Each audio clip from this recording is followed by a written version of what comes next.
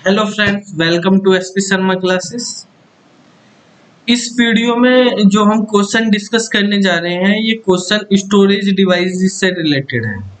ठीक है, storage device होती है आपकी रैम, रोम, हार्ड डिस्क, मैग्नेटिक टेप वगैरह, उससे रिलेटेड क्वेश्चंस। तो फंडामेंटली है एक तरह से कंप्यूटर का, तो उसके बारे में हम देखेंगे। थोड़ा सा जो रजिस्टर्स वगैरह हम यूज करते हैं स्टोरेज में, तो उनसे रिलेटेड चीजें हैं। क्वेश्चन आपके मेमोरी से रिलेटेड है बेसिकली। तो देखो, जैसे क्वेश्चन नंबर 91 है, इसमें कहा है विच of the following statement is correct about the program counter. Program counter क्या होता है? प्रोग्राम काउंटर हमारे पास एक सीपीयू रजिस्टर होता है। सीपीयू रजिस्टर भी क्या है? मेमोरी है। ये फास्टेस्ट मेमोरी होती है जो कंप्यूटर के अंदर होती है, सीपीयू के सबसे नजदीक है। ठीक है, ये प्रोग्राम काउंटर जो है ये बेसिकली क्या करता है, इसके अंदर मेमोरी एड्रेस होल्ड होता है। किस चीज को कंटेन करता है? मेमोरी एड्रेस को। और मेमोरी एड्रेस किसका होता है? मेमोरी एड्रेस एक ऐसी इंस्ट्रक्शन का होता है जो आगे एग्जीक्यूट होने वाली है। यानी PC hold hold the memory address of the instruction to be execute next. ठीक है, मान लिया हमारे पास ये एक मेमोरी है, यहाँ पे एक इंस्ट्रक्शन है I1, ये मेमोरी एड्रेस 100 पे है। ये इंस्ट्रक्शन है यहाँ पे I5, ये मेमोरी एड्रेस मान लिया 500 पे है। ठीक है, अभी ये करंट इंस्ट्रक्शन है जो करंट में हमारे पास एग्जीक्यूट हो रही है, ये तो सीपीयू के पास है। लेकिन अब जो इंस्ट्रक्शन एग्जीक्यूट होने वाली है उसका नाम है I5 वाली होने वाली है। नेक्स्ट इंस्ट्रक्शन ये है। तो इस नेक्स्ट इंस्ट्रक्शन का जो एड्रेस है जो हमारी एग्जीक्यूट होने वाली है वो 500 जो है वो यहाँ पे पीसी के अंदर। तो देखो, जो पहले वाला ऑप्शन कह रहा है इसमें यही कह रहा है कि program counter point to the instruction to be executed next. ये बिल्कुल सही कहा है, सही स्टेटमेंट है।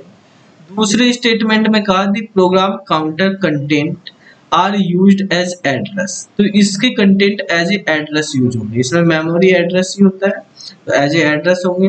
And instruction is read from memory, और इस एड्रेस पे जाके हम मेमोरी से इंस्ट्रक्शन को रीड करेंगे। ये स्टेटमेंट भी बिल्कुल सही है। तो यहाँ पे ऑप्शन 1 में जो है ये है हमारे पास, ऑप्शन ए में 1 and second, first and second दोनों, ये सही हो जाएगा। तो ए वाला ऑप्शन आपका यहाँ पे करेक्ट हो। ठीक है, इसके बाद देखो 92 नंबर क्वेश्चन पे जाते हैं। 92 नंबर क्वेश्चन में कहा है कि दी टर्म, ऐसी कौन सी टर्म है जो रेफर करती है टू डेटा स्टोरेज सिस्टम, जो डेटा स्टोरेज सिस्टम को रेफर करती है। डेटा स्टोरेज सिस्टम ऐसा जो कंप्यूटर में ये पॉसिबल करता है कि हम डेटा को स्टोर कर सकें किसी डिवाइस में, इलेक्ट्रॉनिक डिवाइस में, यानी मेमोरी में, और वहां से डेटा रिट्रीव कर सकें। तो डेटा को स्टोर करना, डेटा को रिट्रीव करना, ये बेसिकली क्या है? स्टोरेज डिवाइसेस का काम होता है। मेमोरी के अंदर हम डेटा को स्टोर करते हैं और मेमोरी से ही हम डेटा को निकालते हैं। तो ये स्टोरेज डिवाइस के थ्रू होता है। तो स्टोरेज डिवाइसेस के जो टर्म हम यहाँ पे यूज करें तो वो टेक्नोलॉजी भी क्या होगी? Storage technology. ठीक है, रिट्रीवल टेक्नोलॉजी नहीं करेंगे हम, रिट्रीव भी लिखा, स्टोर भी लिखा, लेकिन रिट्रीवल कोई टेक्नोलॉजी जो हम डिवाइसेस यूज कर रहे हैं स्टोर, डेटा स्टोर करने के लिए, वो स्टोरेज डिवाइस होती है। तो उनसे रिलेटेड हमारे पास टेक्नोलॉजी जो है स्टोरेज टेक्नोलॉजी। ठीक है, तो ये भी हमारे पास स्टोरेज डिवाइस से रिलेटेड क्वेश्चन था। ये भी हमारे पास 93 ऐसे। मैग्नेटिक टेप के बारे में कहा। मैग्नेटिक टेप भी हमारे पास स्टोरेज डिवाइस होती है, बहुत लार्ज अमाउंट ऑफ डेटा को स्टोर करने के लिए यूज करी जाती है। इसमें जो है रील का यूज होता है डेटा को स्टोर करने के लिए। जैसे फिल्में होती हैं, थिएटर में फिल्में चलती हैं तो मैग्नेटिक टेप पे चलती है रील के। पुराने जमाने में कैसेट्स यूज होती थी, टेप रिकॉर्डर में हम यूज करते थे, वो भी रील में चलती थी। तो जो रील होती है इसमें जो डेटा जो हम फैच करते हैं या स्टोर करते हैं वो सब फैच जो है सब सिक्वेंशियल ऑर्डर में होता है। ठीक है। जो आजकल हम हार्ड डिस्क वगैरह यूज करते हैं, मैग्नेटिक टेप तो हमारे पास सिक्वेंशियल करती थी, hard disk random access technology पे काम करती है। तो उसमें हम कहीं से भी डेटा उठा लेते हैं, लेकिन इसमें कॉन्टिन्यूस ही होगा, सीक्वेंस में होगा।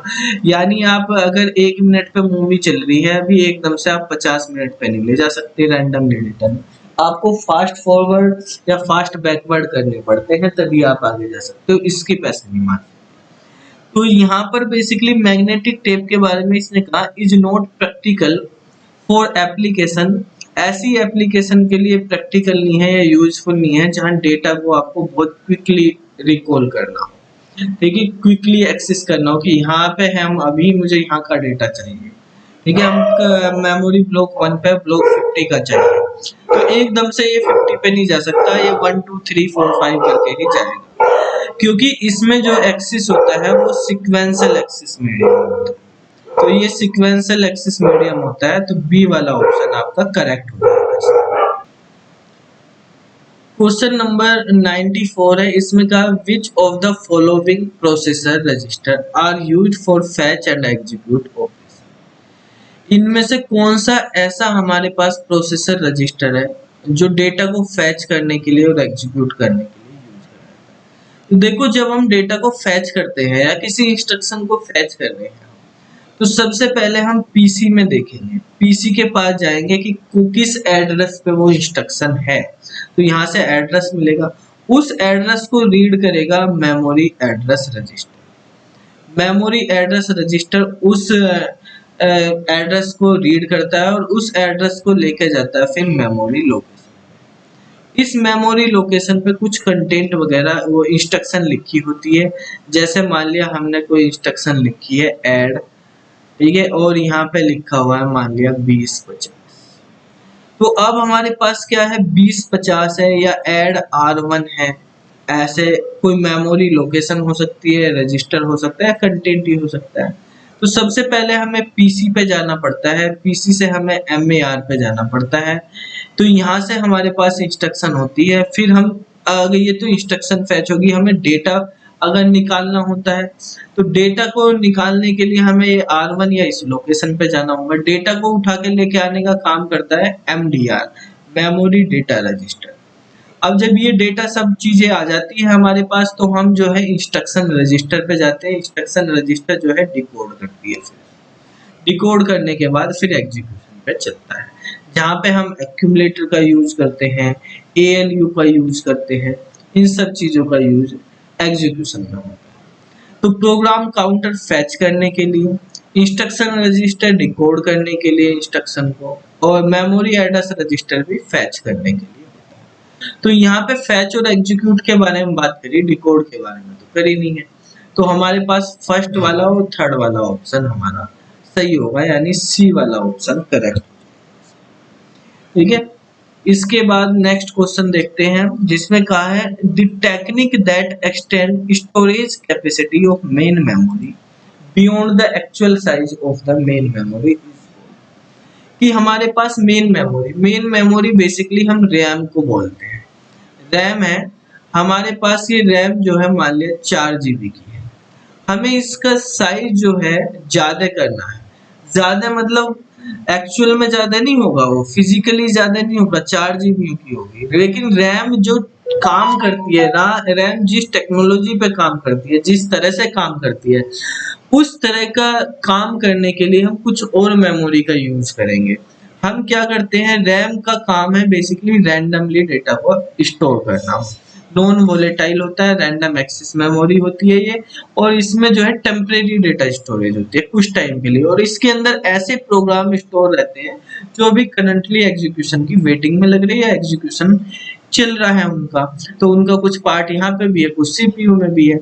तो हमें ऐसे ही मान लिया कोई बड़ा प्रोग्राम आ गया, जैसे आप कोई मूवी चला रहे हो, अब मूवी मान लिया 8 GB की है आपके पास, अब रैम 4 GB की, मूवी का पूरा पार्ट तो आ नहीं पाएगा, और आप जो है ये यहाँ से यहाँ तक का स्पेस 8 GB का मान लिया 1 2 3 4 5 6 7 8, अब आप कभी तो इस वाले पॉइंट पे आप ऐसा भी तो कर सकते हो, इस मूवी पे यहाँ पे क्लिक मार दो। ये तो है ही नहीं, मान लिया 4 GB का है, 1 GB के पार्ट है, मान लिया आपके पास तो रैम में इतना ही है कि आप चलो यहाँ तक का तो फैच मार लो, इसको कर लो, इसको कर लो, लेकिन ये तो जब आपके पास रैम में है ही नहीं, ये तो यहाँ पे पड़े हुए हैं सेकेंडरी मेमोरी में।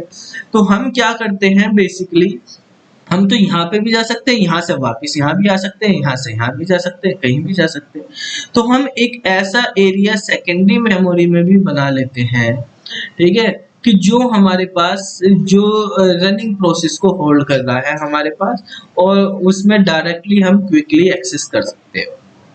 तो ये जो एरिया है सेकेंडरी मेमोरी का, ये भी एज ए मेन मेमोरी काम कर रहा, ठीक है। तो अब आपके पास जो है इतना एरिया मेन मेमोरी की तरह काम कर रहा। आपके पास मेन मेमोरी थी तो 4 GB की, लेकिन आप यूज ऐसा कर रहे हैं जैसे 8 GB की कर रहे हो, ठीक है। तो ये किस वजह से कर सकते हो, तो इसके लिए हम एक टेक्नोलॉजी यूज करते हैं जिसको बोलते हैं वर्चुअल मेमोरी।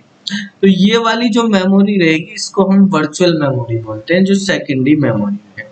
इस वर्चुअल मेमोरी से बेसिकली क्या होता है कि हम सेकेंडरी मेमोरी का कुछ स्पेस यूज कर लेते हैं एज ए मेन मेमोरी, ठीक है।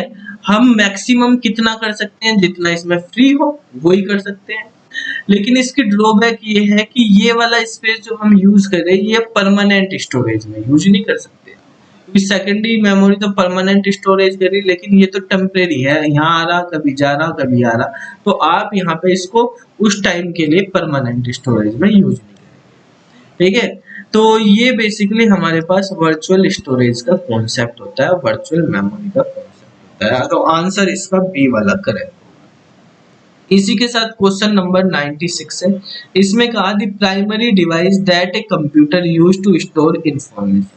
ऐसी कौन सी प्राइमरी डिवाइस है आपके सिस्टम में, ये आप देख के बताओ कि जिसमें हम डेटा को स्टोर करते हैं। हार्ड डिस्क में करते हैं, सिंपल सी बात, सबसे मेन यही चीज है। तो हार्ड डिस्क हमारे पास सबसे मेन इंपोर्टेंट प्राइमरी डिवाइस है जिसमें हम डेटा को परमानेंटली स्टोर करके रखते हैं। 97 नंबर क्वेश्चन है, इसमें कहा है कि is the ability of a device to jump directly to the requested data. ऐसी डिवाइस की ऐसी क्या एबिलिटी है कि हम डायरेक्टली किसी भी लोकेशन पे जंप कर सकते हैं। जैसे अभी हमने पढ़ा कि मैं यहाँ से डायरेक्टली यहाँ पहुंच जाऊँ, यहाँ आ जाऊँ, यहाँ आ जाऊँ, कहीं भी जंप मार जाऊँ। तो ये डेटा हम क्या कर रहे हैं, रैंडमली एक्सेस कर रहे हैं, कहीं से भी आप एक्सेस कर सकते हो डेटा। तो ये रैंडम एक्सेस होता है, ठीक है। सिक्वेंशियल एक्सेस में तो सिक्वेंशियल 1 के बाद 2 3 इसी तरह से चलता रहेगा, तो इसको हम बोलते हैं रैंडम एक्सेस। तो रैंडम एक्सेस जैसे रैम होता है, रैंडम एक्सेस मेमोरी होती है उसमें, उसको भी हम रैंडम एक्सेस बोलते हैं, ठीक है। तो रैंडमली एक्सेस होता है इनसे डेटा। 98 नंबर क्वेश्चन है, इसमें कहा है the storage device used to compensate for the difference in rate of flow of data from one device to another device. अब देखो बेसिकली क्या है, मान लिया एक डिवाइस है हमारे पास और दूसरी ये डिवाइस है, ये दो डिवाइस है। अब ये डिवाइस डेटा सेंड कर रही है इस डिवाइस को, इस डिवाइस की कैपेसिटी जो है वो स्लो है थोड़ी मान लिया, और इस डिवाइस की कैपेसिटी फास्ट है, ठीक है। तो जैसे मान लिया भाई ये डेटा भेजेगी जल्दी जल्दी, ये इसको डेटा को होल्ड ही ना कर पा रही, रख ही ना पा रही, तो आप क्या करोगे। जैसे मैं पढ़ा रहा हूँ जल्दी जल्दी आपको पढ़ा दूं, आपके समझ में ही ना आए तो फिर क्या फायदा होगा वहां से। भाई पढ़ाने वाले की और समझने वाले की स्पीड मैच हो जानी चाहिए, पढ़ाने वाले को भी उस स्पीड से ही भेजना चाहिए डेटा जिस स्पीड से पढ़ने वाला समझ पाए, ठीक है। इतना स्लो भी नहीं करना चाहिए और ज्यादा तेज भी नहीं करना चाहिए। अब मान लिया हमारे पास, जैसे मान लिया आप मकान बनाते हैं, तो मकान बनाते हैं तो यहाँ से मान लिया हमें यहाँ पे कुछ ईंटें रखी हुई हैं, ये ईंटें यहाँ पे पहुंचानी है। यहाँ पे एक बंदा है, ये बंदा यहाँ से ईंटें फेंकता है, ये कैच कर लेता है इस तरह से। अब ये जल्दी जल्दी फेंक रहा है ईंटें, ये इस स्पीड से कैच ही नहीं कर पा रहा, तो ये क्या कह रहा है, भाई फेंक दे, तो मैं यहाँ फेंकता रहता, मैं यहीं से उठाता रहूंगा, ठीक है। मुझे डायरेक्टली हाथ में न दे, तू यहाँ पे फेंक दे, मैं यहाँ से उठा। तो ये काम करना पड़ेगा। तो मतलब यहाँ पे भी इसे कुछ एक एरिया बनाना पड़ेगा जहाँ पे वो रख ले उसको, यहाँ पे फैक्टर है भाई, अगर ज्यादा स्पीड से तुझे फेंकना जाना काम करना, मेरे तो बख्शी नहीं, मैं तो क्या नाम जी भाई, मुझे ईंट पकड़नी भी है और फिर दीवार पे लगानी भी है, तो इतना टाइम तो है नहीं। अब तेरे पास इतनी जल्दी तो मैं रिसीव करूंगा नहीं, ये कह रहा मेरे पास इतना वेट का टाइम है, मैं दूसरा काम नहीं देखूंगा। अब ये थोड़ी तू एक ईंट पकड़ेगा और फिर लगाएगा तब होगा। तो सेम चीज यहाँ पर हो रहा है काम, कि ये फास्ट है ये स्लो है, तो हम एक बीच में एक और मेमोरी डाल लेते हैं जो थोड़ी देर के लिए इतने फ्री हो, इतने इसको रख ले, फिर ये आगे भेज दे। ठीक है, तो फिर यहाँ से ये उठा लेगा। तो इस एरिया को हम बोल देते हैं बफर। तो पहले ये डेटा जो है बफर में डालता रहता है, ये फिर बफर से उठाता है। तो ये हमारे पास बफर है। बफर भी एक टेम्परेरी स्टोरेज एरिया होता है जहाँ पर कुछ टाइम के लिए हम डेटा को स्टोर कर लेते हैं, और जैसे उसमें डेटा रहता है सेम उसी तरह से हम उसको यूज कर लेते हैं। ठीक है, आप जो ये वीडियो है, ये वीडियो जो है आपके पास आप देख रहे हैं हमारी ऐप पर। ठीक है, तो ऐप पर भी मिल जाएगी, आप सभी जो है पूरी की पूरी सारी वीडियो सारे चैप्टर्स की इनकी आपको देखनी है तो आप एसपी शर्मा क्लासेस जो है हमारी एक एंड्रॉइड ऐप है, आप इस ऐप को डाउनलोड कर लेंगे। ऐप में यही लोगो बना हुआ है जो हमारा यहाँ पे आपको शो हो रहा है। ठीक है, इस ऐप को आप डाउनलोड कर दें, वहां पे एक CS क्रैकर बुक सॉल्यूशन के नाम से, सॉल्यूशंस के नाम से एक कोर्स बना हुआ है जिसमें लगभग हमारे पास 4476 क्वेश्चन है। इसमें उन क्वेश्चंस की आपको वीडियो एक्सप्लेनेशन इसी तरह से वहां पे मिलती रहेगी, तो आप उसको ज्वाइन कर सकते हैं, सारे क्वेश्चंस की एक्सप्लेनेशन अगर आपको चाहिए। ठीक है, और बाकी हमारा YouTube चैनल है एसपी शर्मा क्लासेस, उसको भी आप ज्वाइन कर लीजिए।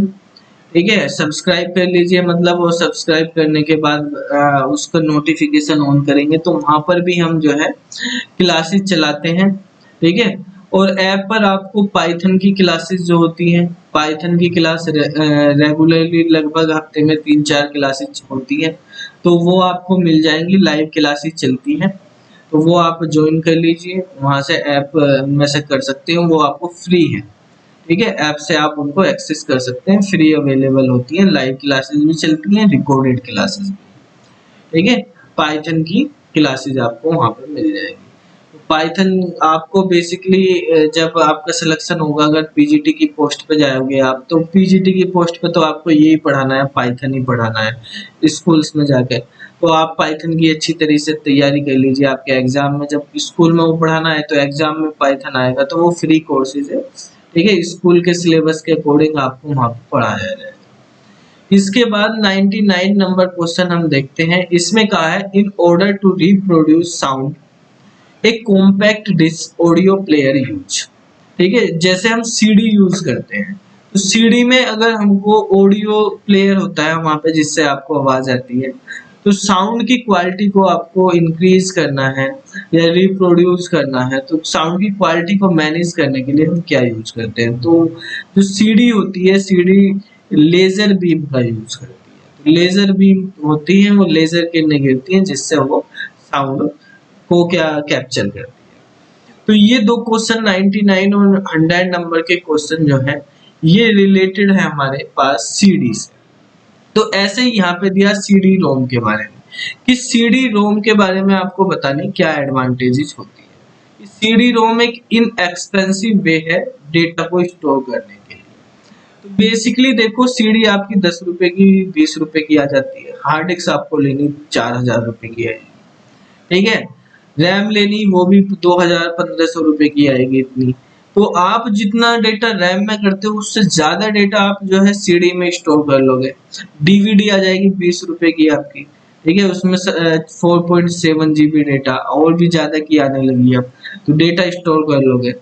तो ये जो है आपके सस्ता है, आपको 10 GB 20 GB डेटा स्टोर करना, तो आप सीडी में 700 MB होता है बेसिकली, जो नॉर्मल स्टैंडर्ड साइज की आती है 700 MB की आती है।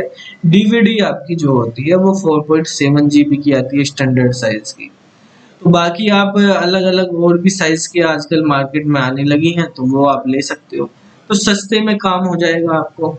ज्यादा डेटा नहीं है, मतलब आपके पास कुछ जीबी का डेटा है, तो वो आप इतनी हार्ड डिस्क वगैरह लेने की जरूरत नहीं, आप इससे कर सकते हो। ये भी CDB जो है रैंडम एक्सेस पे काम करती है, तो डेटा आप मोर क्विकली आप एक्सेस कर सकते हो, इसमें भी रिट्रीव भी कर सकते हो। साइज मैग्नेटिक डिस्क से कम होता है, तो जब साइज कम है तो आप बेसिकली फास्ट हो जाएगा वो रैंडम एक्सेस, वो भी कर रही है आपके पास CDB, तो ये उससे फास्ट आपका एक्सेस देगी। और CD ROM make less error than magnetic medium. Magnetic tape वगैरह में अगर कहीं पे एरर आ जाती है, आपकी जो टेप में रील कहीं से खराब होगी तो गड़बड़ हो जाती है वहां पे पूरा, इसमें एरर आने के चांसेस उससे कम होते हैं। तो ये सारे ऑप्शन सही हैं इसके। मैग्नेटिक टेप के मुकाबले जो है CD जो है बेटर ऑप्शन दे रही है। क्या क्या बेटर ऑप्शन दे रही है, ये है अगर आपको सिक्वेंशियल डेटा रखना है, आपको डेटा जो है ज़्यादा बहुत ज़्यादा स्टोर करना है, तो लार्ज अमाउंट ऑफ डेटा है वो, तो फिर आप उसका यूज कर सकते हैं मैग्नेटिक टेप वगैरह का, नहीं तो आप इसको कर लेंगे। ठीक है, तो ये क्वेश्चंस हो गए, बाकी क्वेश्चन फिर हम अगली वीडियो में डिस्कस करते हैं। ठीक है।